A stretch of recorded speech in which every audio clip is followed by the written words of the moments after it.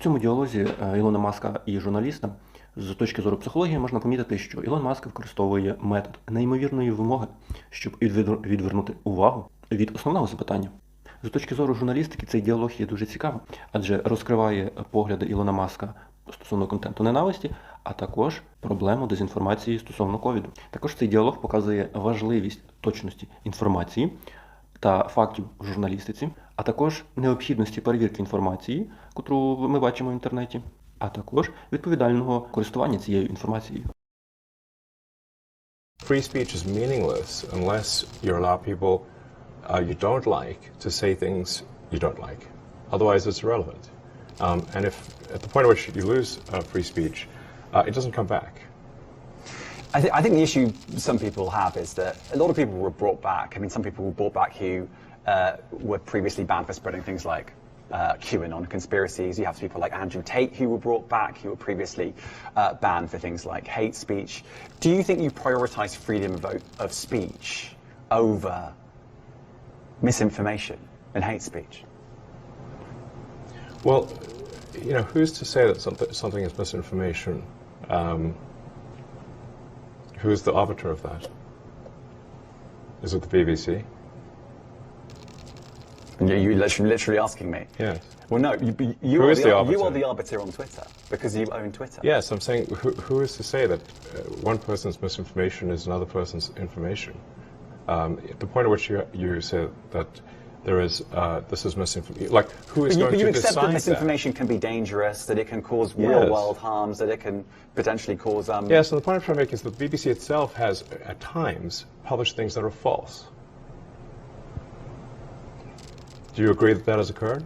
I'm quite sure the BBC have said things before that turn out to not be true. Correct. In its, whatever it is, 100-year history, I'm quite sure. Yes. Even if you aspire to be accurate, there are times when you will not be.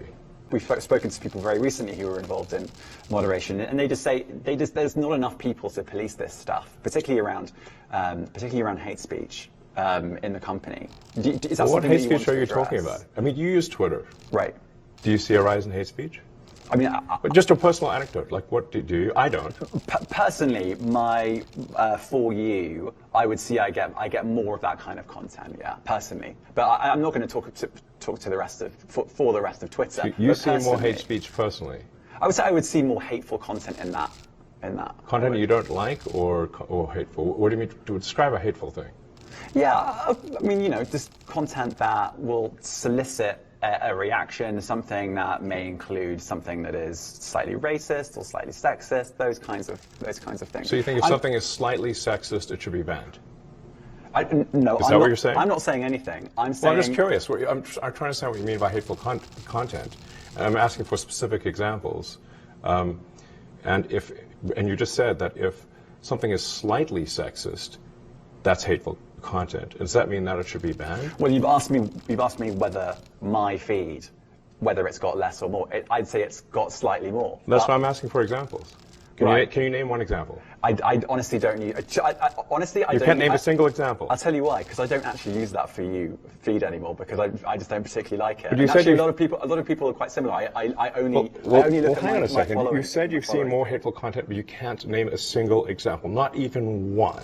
I'm not sure I've used that feed for the last 3 or 4 weeks, and Well, then how did you see the hateful content? Because I've been using Twitter since you've taken it over for the last 6 months. Okay, so then you must have at some point seen for you hateful content. I'm asking for one example. Right. And you can't give a single one. And I'm saying then I say, sir, that you don't know what you're talking about. Really? Yes, because you can't give me a single example of hateful content, not even one tweet, and yet you claimed that the hateful content was high. Well, that's false. No, what I claimed... You just lied. What I claimed was there are many organizations that say that kind of information is on the rise. Now, whether it has on my feed or not... Give me one example. I mean, right, and literally you can look at something one. Like the Strategic Dialogue Institute in the UK. They will say that. So look, people will say all sorts of nonsense. I'm literally asking for a single example, and you can't name one. Right, and as I already said, I don't use that feed. But then how would you know that? I don't think this is getting anywhere. You literally said you experienced more hateful content, and then couldn't name a single example. Right, and as I said, That's absurd. I haven't actually looked at that feed. Then how would you know there's hateful content? Because I'm saying that's what I saw a few weeks ago. I can't give you an exact example. Let's move on. We only have a certain amount of time. Wow. COVID misinformation. You changed the COVID misinformation Has rules. BBC changed its COVID misinformation? The BBC does not set the rules on Twitter, so I'm asking you. No, I'm talking about the BBC's misinformation about COVID. I'm literally asking you about, you changed the labels, the COVID misinformation labels. There used to be a policy, it then disappeared. Why do that? Well, COVID is no longer an issue. Does the BBC hold itself at all responsible for misinformation regarding masking and side effects of vaccinations, and not reporting on that at all? And what about the fact that the BBC was put under pressure by the British government to change its editorial policy? Are you aware of that? This is not an interview about the BBC. Oh, you thought it wasn't? I see now why you've done Twitter Spaces. I am not a representative of the BBC's editorial policy. I want to make that clear. Let's talk about something else. If you want to talk about the BBC, you too. all right. Let's talk about something else. You weren't expecting that.